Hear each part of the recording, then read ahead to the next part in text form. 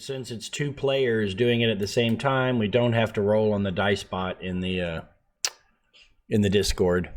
And I'll go ahead and move us over to my screen. There we go. Hello, folks, if y'all are watching this video at a later date.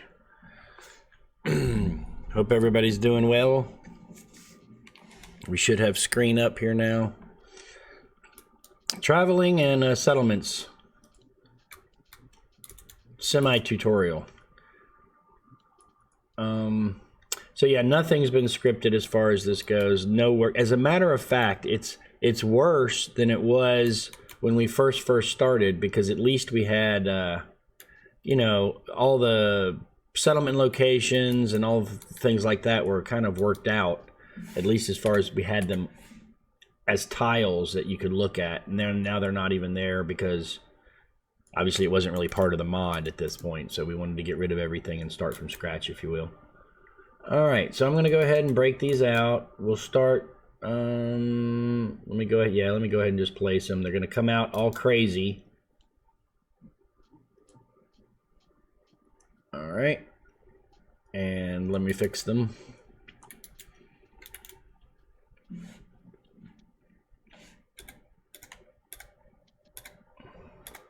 I know that doesn't look fixed, but actually is. There we are. And here. Anybody watching this at a later date, these are not the ones we'll be using for the alpha when it comes out. These are just ones we're using temporarily for now. And let me lock them back. Yeah, lock.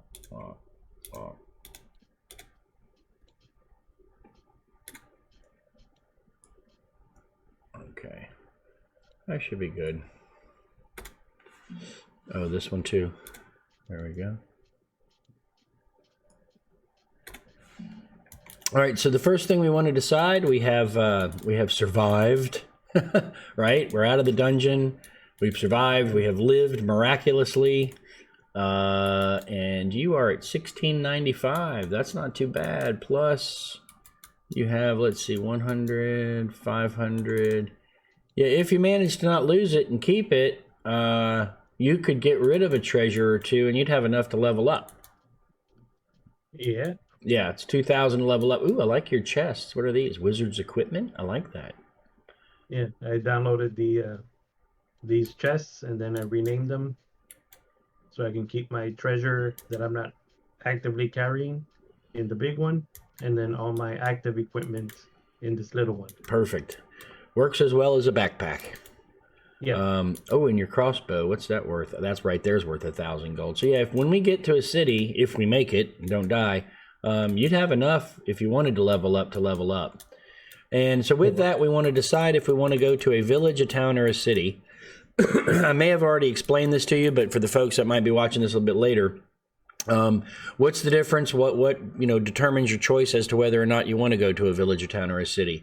Well, first of all, it determines how many rolls on the settlement hazards table, or the traveling hazards table, which is this book right here. How many times you'll have to roll in that book for your event, for your traveling event. If you go to a village, you only have to roll twice. If you go to a town, you have to roll 4 times. And if you want to try to make it to a city, you have to roll 6 times. In addition to that, if you look over here, just as an example, we'll use the merchant as an example. You can see that the merchant has stock numbers right here, 5+, 7+, 8+.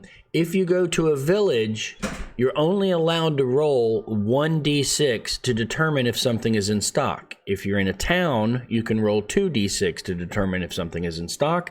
And of course, if you're going to a city, you can roll 3d6 for stock.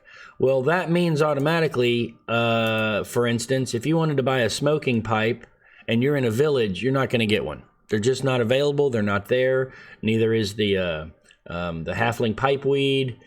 Bandages will not be available in a village. So the larger the city, the more availability there is because you can roll more dice on the table. And then apart from that, I guess we'll just get there. Those are what determines whether you want to go, plus how much gold and treasure you really have. So for instance, our resident wizard here, Mirari. I think I'm pronouncing that correctly. Yes, you are. Okay, he has 1695 gold. That's a pretty good haul from that last adventure, along with several treasures he could sell. So he has, in other words, he has some money to spend. So it might be worthwhile to him to get to a city so that they do have items, since he has money to be able to visit various locations and purchase several supplies, weapons, armor, what have you. However, if you are like my poor pitiful little elf over here, let me load him up. There he is. Take him just a second, his model to come in. And there he is. He got a measly 670. Not bad, but not great. He had a really hard time hitting anything in his last adventure. But with such a small amount, you might say, it's not worth it for me to get to a city because I really can't get much anyway. I'd rather reduce my risk of something bad happening to me and just go to a village. Therefore, I only have to roll twice on this hazards table. That being the case, I think in this instance, we're just going to go ahead and go to a city anyway to use as an example. Are you agreed, Mirari? Yeah, we can do a city. Okay, so with that, we've determined we want to go to a city, and it's simply 6 rolls on this traveling hazard table. So the way it works, your very first roll, and this is an important distinction to make, your very first roll is not what kind of traveling hazard you're going to encounter. The first roll is a roll to see if it was an uneventful week or not. If it was an uneventful week, you can scratch that off. You only have 5 rolls left, and you roll again to see if you had an uneventful week. However, if it was a 1 through a 5, that means something occurred, and you must then roll the dice again to determine what type of hazard you faced. So let's do that, and it's a confusing point because I saw a lot of people just roll once, and if they got a 3, well, then that means that they had an encounter. If they got a 6, place. No, if you got a 6, it was an uneventful week. You don't have to roll. So with that, if you want to roll a d6 and let's see if we had an uneventful week. All right. You want me to roll it? Sure. And we have a 4, so that means we had an eventful week. It wasn't an uneventful week, which means we roll again to see what type of hazard we're going to roll. So if you want to roll again. And it's a 5. So we look at this little table right here. You roll a 1d6. On a 5, that means it was an event. An unusual situation is transpiring, and the warriors are in the middle of it. Roll a d66 on the event section below. So now we roll a d66. And there are some dice in here you can use if you'd like to roll, if you'd like to use them for your d66 rolls. One has actual numbers. And the other is, let's see, do I have a good pips one in here? No, we can just use one of these, that's fine. Make it a little bigger. Okay, so which one is the 10? Scale it up. And, well, I like to use the number one as 10s and then the pips as individuals. So it'd be like 66, right? Well, that doesn't help, of course. Yeah. It could be one way or the other. So we're going to be rolling on our events, an event. So let's go to the events section. You can see active nature, encounter, structure or object, events. So we're going to roll a d66 on this table. So 33. All right. We had a 33, which means we came across a distressed villager. The warriors come upon a farmer from a nearby village who begs for the warriors' help in defending the village from an impending bandit attack. The warriors cannot refuse such a noble cause and follow the man confidently back to the village elders to formulate a plan of defense. The warriors' journey is over, but the battle has just begun. Roll 1d6 on the following table. So 1d6? Yes, sir. 3. 3. The bandits are stronger than anticipated. The warriors eventfully defeat them, but the village suffers many losses. The warriors each donate 1d6 times 50 per battle level gold to the villagers to help pay for the repairs to the village and proper burials for the dead. All right, so it's 1d6. The warriors each donate 1d6 times 50, so it's a single roll. Let's see what we get. I'll let you You roll want me that. to- Oh yeah, so Okay. I can blame you. Oh, very good, perfect roll. It's only 50 gold that we have to donate to the village for repairs and to bury their dead. So we go ahead over to your gold, subtract 50 from it. That gives me 620. And one of those hazards is now completed, and we only have 5 left. And the process just starts again. So we go back to see if we had an uneventful week. I'm going to roll a 1d6. All right. And it's a 1. We have an eventful week. So we roll again to see what type of event it was, or what type of traveling hazard it was. And it's a 2, an active nature. We roll a d66 on the table for active nature. And where are the D? Yeah, they are.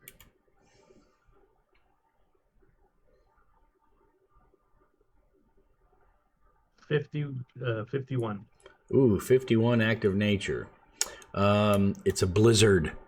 A blizzard howls across the land, swathing all in white. Unprepared, the warriors are trapped in a bitterly cold landscape, where visibility is reduced a few yards and movement is almost impossible through the banked drifts of, I'm guessing, snow? Let me look at that real quick. Of snow. The warriors abandon all hope of reaching a town or a city and take refuge in the nearest village, cutting their journey short. They may buy equipment there as normal. After the blizzard abates, the warriors may go straight into the next dungeon. All right, so real quick, we do need to make a note here. This is pretty important. As it sits right now, we have not done the editing that is required to transform the hazards table that Little Monk put together, which, by the way, I do want to give him credit. All of these books right here are all Little Monk's. They're available on his rune board or through the Warhammer Quest fan page.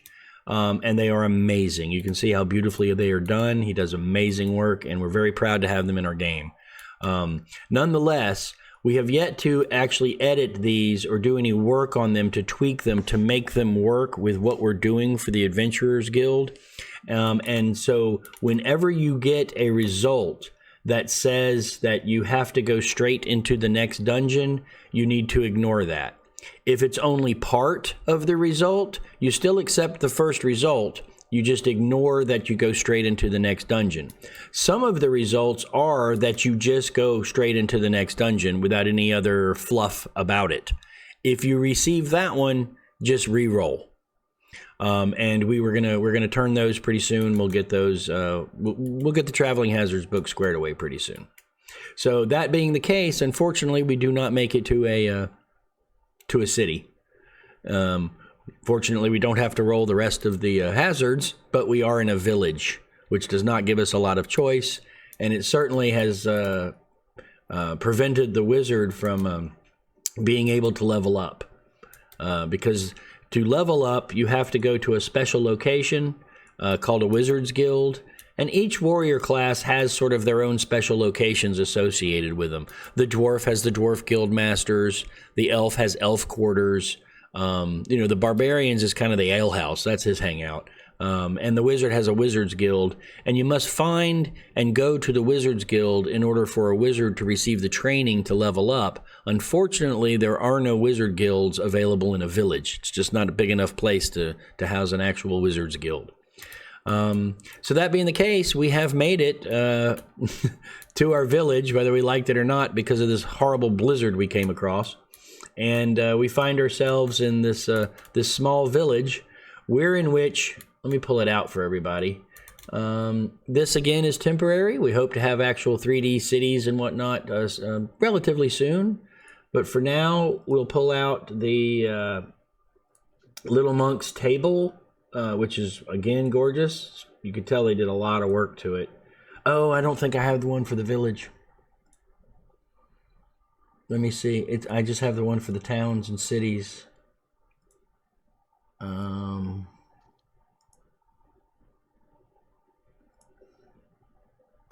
Yep, here it is. It's a town city board. I don't believe I have. Let me check the village board. We did, but they got deleted in the development of the mod because we weren't really working on the traveling section yet. Vampire village. I do have it. Ha! Good. We're in luck. So we'll ignore this one. Delete.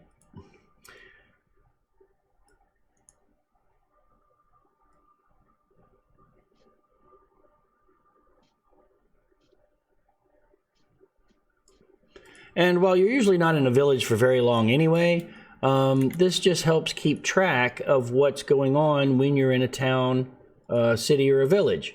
And how it works is when you're in your settlements phase, you have 3 things to do each day you're there. The first thing you do is you visit whatever location you would like to go to. Once you're in the location, let's just follow through chronologically. So once you're at the location, for instance, if you just wanted to go to a general store, you're allowed to choose anything you would like to try and purchase. Then you would roll to see if it is in stock. And if it is in stock, you deduct the gold from your total, and now you have whatever item it is you purchased. Here's an important note, though. If you notice, some of these have a number in front of them, 1d6 bandages, 1d6 flasks of ale, etc.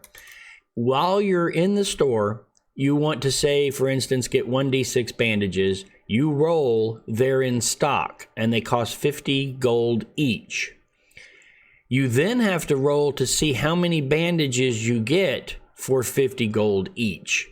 If you don't have enough money to pay for them, and you must buy them all, you don't have a choice. If you roll a 6, you can say, well, I only want 2. That's not an option. If you roll a 6, you have to purchase 6 of them. If you do not have enough gold to purchase them all, the merchant or whatever store you are at, or whatever location you're at, kicks you out of that location. For wasting his time, he's ticked off. You're looking at stock. You asked if I had it here. I went and searched for it. I have it. And now you're saying you don't have enough money for it. He gets mad. He kicks you out. If that happens, you are not allowed to return to that store for the rest of the time that you're there. So you lose the opportunity to go back to that store. While you're in the store, though, as long as that's not occurred, you can then purchase as many things as you'd like. So if you want to try to get a rope, you can get a rope and you succeed. Then you can try to get some flasks of ale. If you do, you succeed. You buy them. If you want to get a smoking pipe and they're in stock, again, you can purchase whatever you'd like while you're there. The third thing you do is roll on the settlements events table to see what sort of happened to you that day, to see what you were out and about doing, and that is found in this book here. It's the middle book called Settlement Events, and there are 3 D66 tables in here, depending on what size city, village, town, or city you're in. So they have village events, there's town events, and there are city events, as you see there.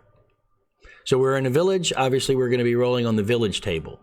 If you get kicked out, and I hope I'm not making this too confusing, but if you're kicked out of a store, or not if you're kicked out of a store, but there are events that can kick you out of the town, the city, or the village. If that occurs, you are considered sitting outside the gates.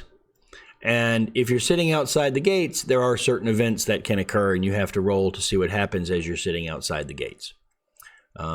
So nonetheless, now we are in the village, and you're welcome to go first if you'd like, or I'll go first just as an example then, I guess.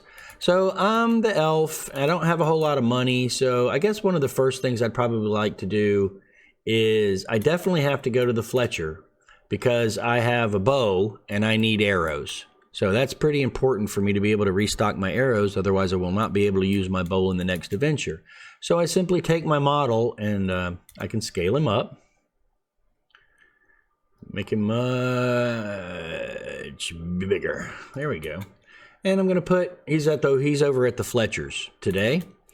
And I'm going to go over to the Fletcher. Where is the Fletcher?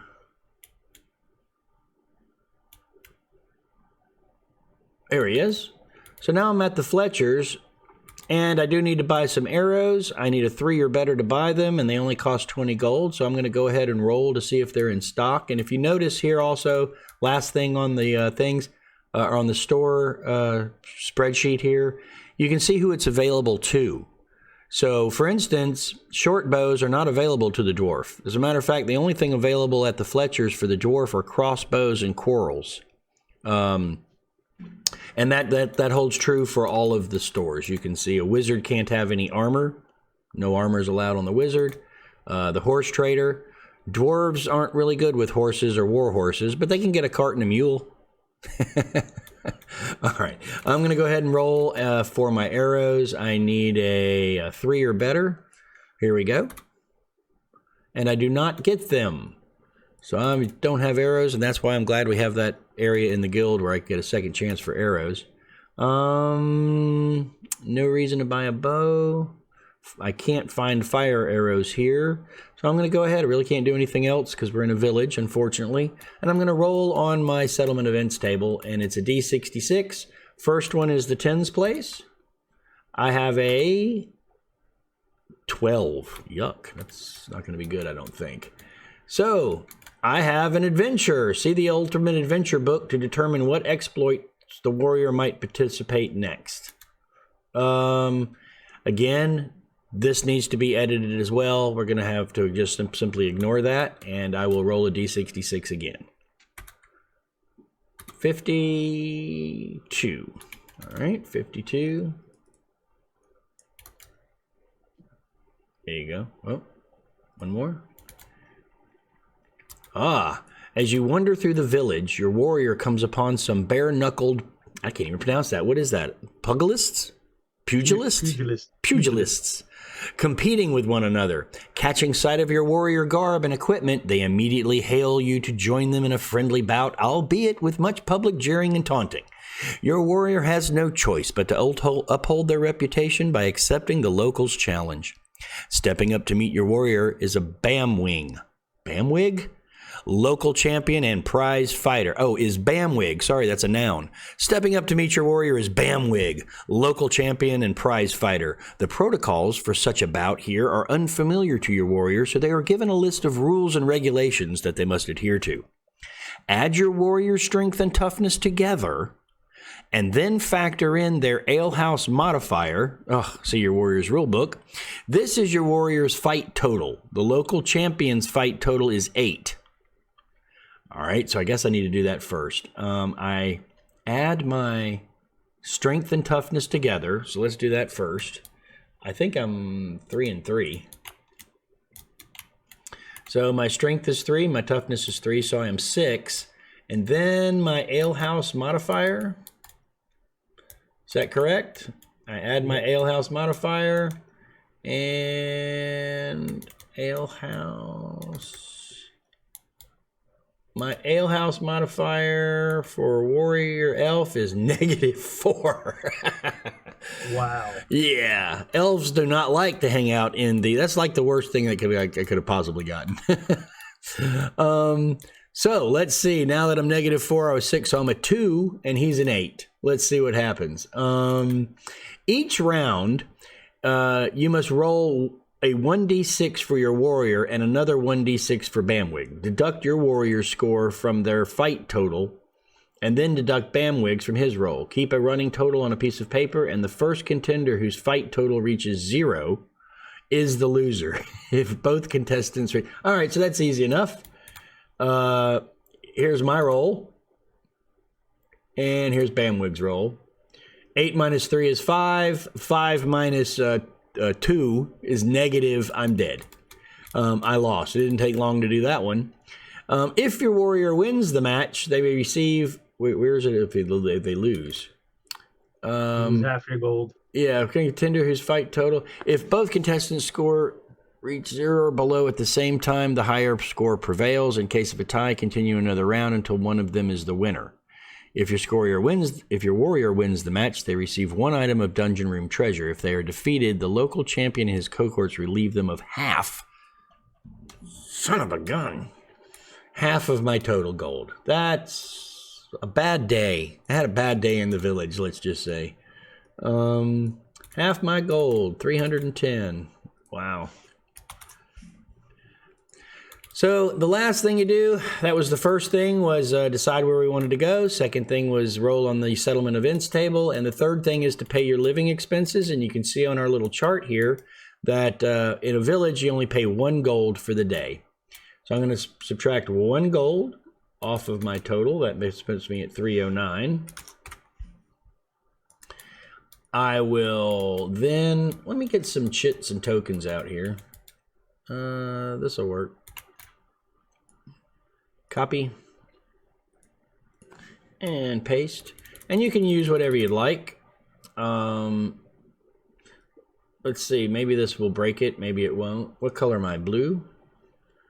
I'm going to change the color to blue and apply. That worked out okay. And I'm going to put one here because that was my day 1. And of course we're in week 1 still. So you can use a gold one for that since that's for... Oh, it did make it blue. Since that'll be for everybody. And I'm done for the day. Now it would be our wizard's turn. Okay, so I'm really not doing anything in here.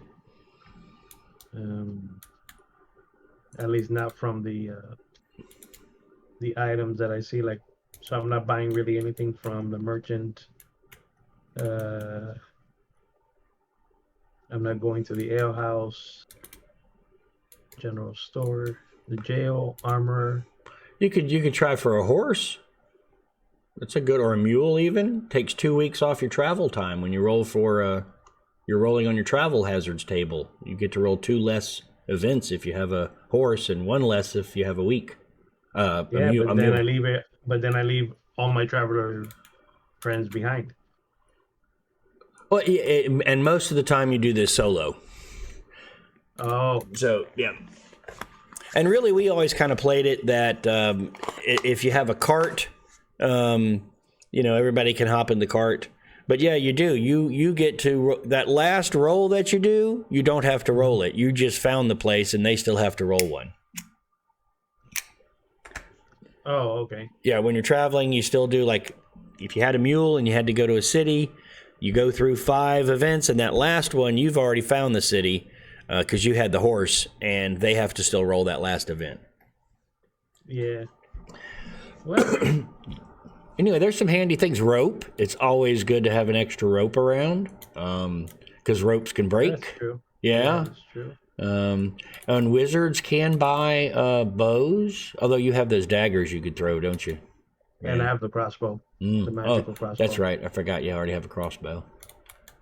Yeah, I wish they had some kind of a armor for wizards. Right. Even if it's like light armor. Yeah, they do not. Actually, I think there's some treasures that do increase your toughness a bit. Yeah. I haven't come across those yet, though. and just for grins, I mean, you're supposed to be. I mean, look at you, fancy wizard here with 1,644 gold, and you're kind of tattered looking. Rags and whatnot. You can buy some fine robes. Although that is just for it doesn't really do anything. But you can walk around saying, not when I'm walking around with. I look good. That barbarian who likes to take random swings when he doesn't go berserk. Mess up my fine clothes. Yeah, it's the muscularity. He killed 2 minotaurs. Just for folks watching, a level 2 barbarian killed 2 minotaurs in a single turn using a frostblade. So he turned to the rest of the warriors and he said, "Tell me, which is it you like best? My extraordinary weaponry skill or the presence of the muscularity in front of you? I wish to know this." So Met with dead silence. all right, so I'll buy the rope. I think I will get that. Yeah, it really does help. It's handy. And just in case you get it, I'm gonna. What's its stock number? The stock number? Yes. I don't know. It says right next to it. There's no stock on the sheet? Yeah, rope. Stock number is 5+. Right there. Oh, 5+, yeah. Yep. So you have to roll a 5 or a 6 to see if they have a rope in stock, or for them to have a rope in stock. Okay. Yeah, villages are tough. They're tough. 5. Excellent. So they have one in stock. Fantastic. So you may buy one. You subtract the 30 gold. And what I'm going to do is I'm going to get up, change color. I'm going to go over here to teal and just select new character and pop out the dwarf. What I'll do is I'll just copy his rope and you can take it. Actually, I don't know if you noticed that I don't even need to copy it. Here you go. There's your rope. The skin on the elf doesn't translate. What do you When mean? Scale. Look at your elf. Oh. I did not notice Like that. like certain parts stop scaling while the rest continued scaling. It's those mushrooms I found in the woods. Yeah. Or maybe it's the mushrooms you found in the woods. All right. Now, question that I had on the spell power, the 6, Yes. that regenerates at the end of the adventure, back Correct. to 6, Correct. unless I get either a special ability or a skill or whatever that helps me regenerate as the adventure goes along, because I have seen that. Yes, there are some that do that. There's orbs. There's also treasures where you can store extra energy. You can purchase wizard staffs at the Wizards Guild that hold, you roll a d6 and that's how much energy it holds. And then once you spend it, it's empty, but you can take it back to the Wizards Guild to refill it. Plus, when you go up in a level, you'll have your 6 that you rolled when you created your character, and you get to roll another d6, Another D6, and yeah. add it to it. Yeah. So, I was just concerned about refilling it, how it refills, because I read somewhere, I just don't remember where I read it, where there's a way to make it where even if I use it in the dungeon, as the turns continue, I roll, and if it's anything other than whatever, it replenishes. So I found that Ooh. interesting. I just forgot where I found it, where I Yeah. read that. So, Cool. okay. All right, so I got the rope. I subtracted the 30. I already paid my gold for the day. Did you roll on the And events table? no, I did not. Okay. So you still must So, roll on the village events table. all right. Whoops. So it's here. Yes. Keep going. You'll see the top will say village. There you go. All right. So just roll a D66. okay.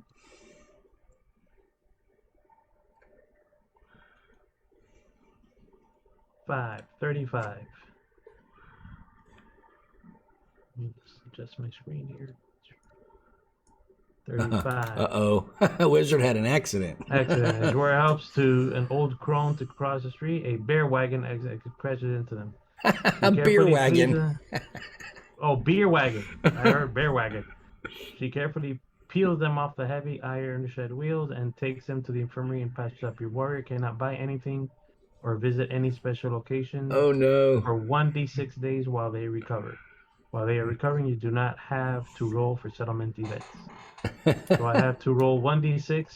Yes. And I cannot do anything or go anywhere. No. Okay. For 6. For 6 days. Did you roll a 6, really?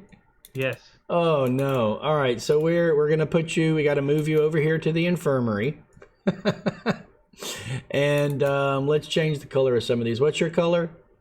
Orange. Orange, so color tint. I'm colorblind, guys, so... Oh, I'm glad these highlight and tell you what it is. Is that green or orange? Green. I don't even see an orange. Here it is, orange. There we go, apply. All right, so now you have some orange tokens. Just put these over here for you. And you can take an orange token and place it on the general store, because that's where we know you've been. And you have to be there for 6 full days. So we might as well move one of yours over here to day 6. That's not good.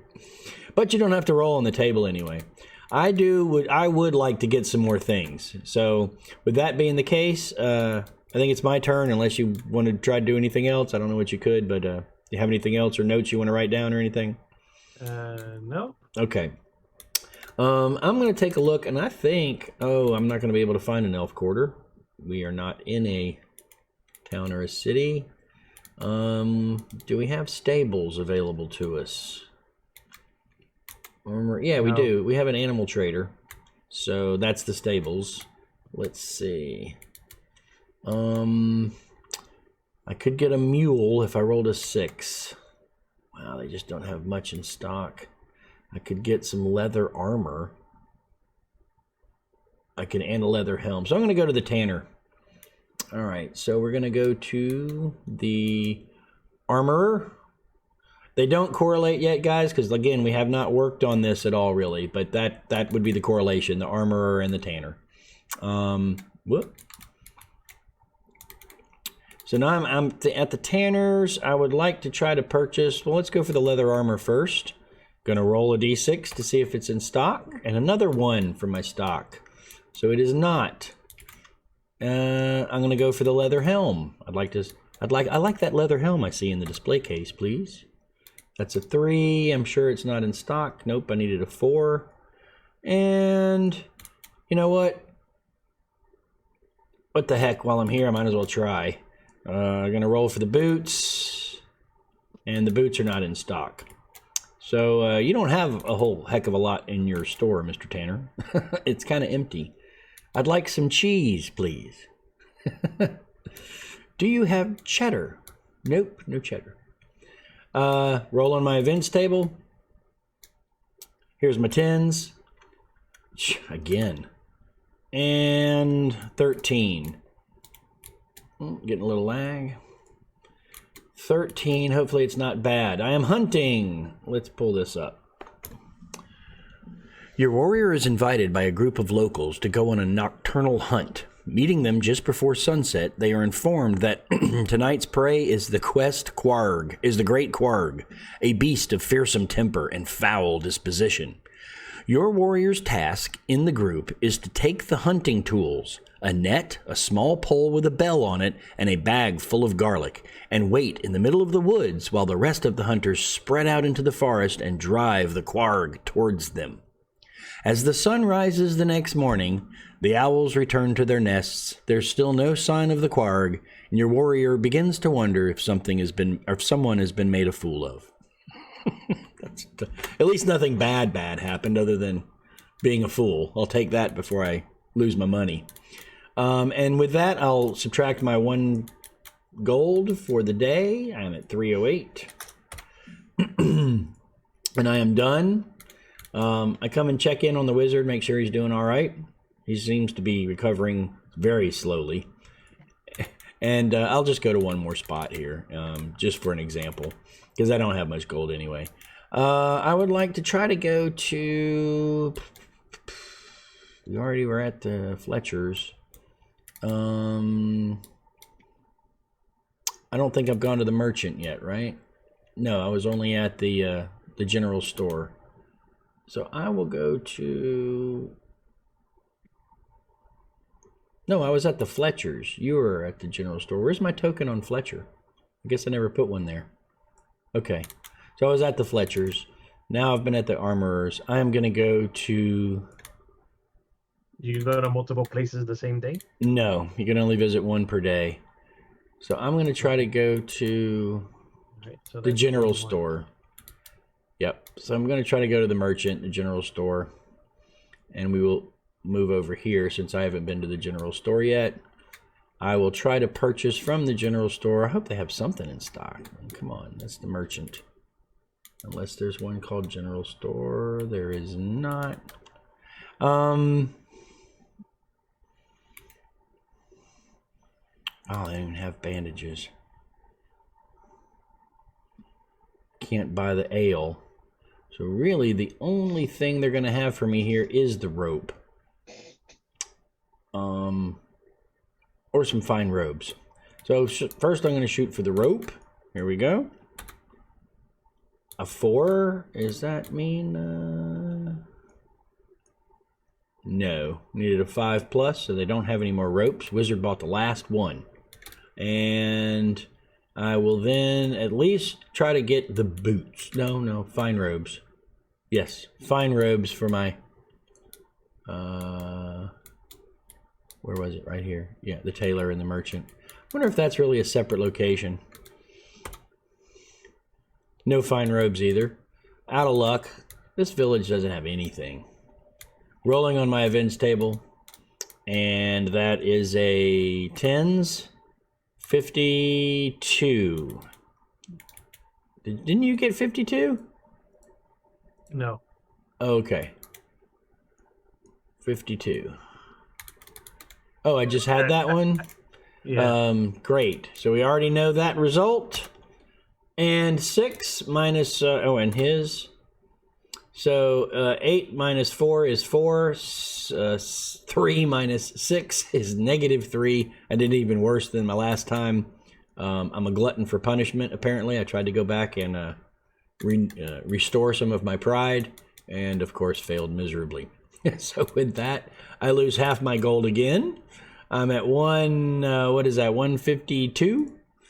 154. Yeah, 154. And my 1 for the week, that puts me at 153. And with that, the dwarf, the elf is just he's leaving. He's gonna wait for the wizard to get better. The wizard doesn't have to roll anything. It is day 6 for the wizard now. You're still in week 1. The wizard decides to pack it in. This village doesn't have much either. And we are ready to, while we were at the village, this is how it works as well, guys. So what we've done that is a little different than Warhammer Quest, and we had to, in order to facilitate what our main goal was. And our main goal is to have people from all over the world be able to play Warhammer Quest and level up and advance your warrior without having to play with the same group of people and without having to play at a specific time like every other Saturday. You're able to, what we wanted is for you're able to go in whenever it's convenient for you and either host a game and have people join it, or find a game that somebody is hosting and you can join that game. And everybody will respect the warrior's stats and characteristics because they know they all played under the same rules. In order to facilitate that, however, we had to add one more phase to the game, and that's the guild phase, if you will. And it's very simple. The way that works is when you're through with your settlements, your settlement phase, while you were at the settlement, you were able to get word to the guild that you made it out of the adventure alive and that you happen to find yourself in the village of nothing in stock. And the guild will send a carriage or an entourage to come pick you up so that you are safely transported from the village or town or city to the guild. So you do not have to roll on the hazards table again or anything like that. And then you find yourself back at the guild. What occurs at that point that you also can do all by yourself, you don't have to be with somebody, as is the traveling and the settlements you can do by yourself as well. Excuse me. The guild has its own locations as well. So while you're back at the guild, you may visit these locations. Now, just to let you know, these locations will be changing pretty drastically when the alpha comes out, which we hope to be fairly soon. So don't get too attached to these. But for now, you're able to visit any of these locations while you're at the guild, basically for free. We simply ask that on your honor system that you don't abuse it. Don't go back to the butcher 19 times, that kind of thing. And we're probably, when the alpha comes out, we're probably going to limit how many you can go to when you're at the guild. Each time you're at the guild, maybe 2 or 3 locations max. So you have to choose amongst them to decide what you want to do when you're back at the guild. At that point, when you're back at the guild, you can just, hang out. You're welcome to go to the miscellaneous chat if players want to talk to each other. If your warrior has anything to say to any other warriors or to the guild, they can do so in the guild tavern. This is kind of a place where people talk to each other, but in character, if you will. In other words, Wargamer 777 here is speaking as Nicholas when he was talking here. And that's about it. You can go to the jobs channel, and that's where people will host games that you can see. For instance, perhaps 3 weeks from now on, Thursday, January 28th or what have you, at 3 p.m., this person is hosting this type of game, and you're welcome to join it. In order to reserve your slot in the game, just simply react to it with what warrior class you would like to join with. In other words, somebody wanting to join this one, there's already a wizard going, a dwarf going, and an elf going. So the only one that would really be available is the barbarian. So you would simply reply, you'd add reaction. Because you're a member here at the Adventurers Guild, you have some little emojis here, and just select the barbarian one, and now you have joined as a barbarian, and that game is full. Well, actually, it's up to 6 players, so 2 more people could join. And that's about it. That was not a great traveling session, being that we cut it short and had to go to a village. But that's the game. It's a pretty brutal game. And now we have to go to the next adventure. We can't just go trek to another city. Correct. No, you have to go back to the guild, and from the guild you go to another adventure. You don't get another opportunity for settlements unless you live through that adventure. Yeah. So, and that's what makes it a challenge, which is one of the things I find really rewarding about this game, actually, is that if you have a character, if you look over here on the Discord and you see these characters, I don't think we have anybody level 3 yet. Are there any champion level 3s? Level 2? Well, I know we don't have any heroes. Yep, that's level 6, I think. So, but, you know, if you get a level 3, 4, 5 guy, you know he's been through some stuff. He's been pretty amazing at being able to make it through the game and live that long in this grim and perilous world. So, it's kind of it's a rewarding feeling. Like, I got a guy to level 4, you know? One of the things I enjoy most about the game. And I guess that's it. I'm going to go ahead and shut down this recording and stream ending. Guys, thanks for watching. Of course, if you ever have any questions or whatnot, please don't hesitate. Just ask on any of the channels, and we'll be sure to get back to you soon with any of the questions that you have. I hope you have fun, and may Sigmar bless your adventures. Ships on vigor of the waves of skim and barren summits to the verdant plains. Each horizon is a new beginning, rise and reign. Far from the fjords and the ice-cold currents, raving soar over new frontiers. Songs and sagas of a fate determined, shields and spears. Vows of favor or the thrill of plunder, pulled together for the clan and kin. Clank of hammers and the crash of thunder.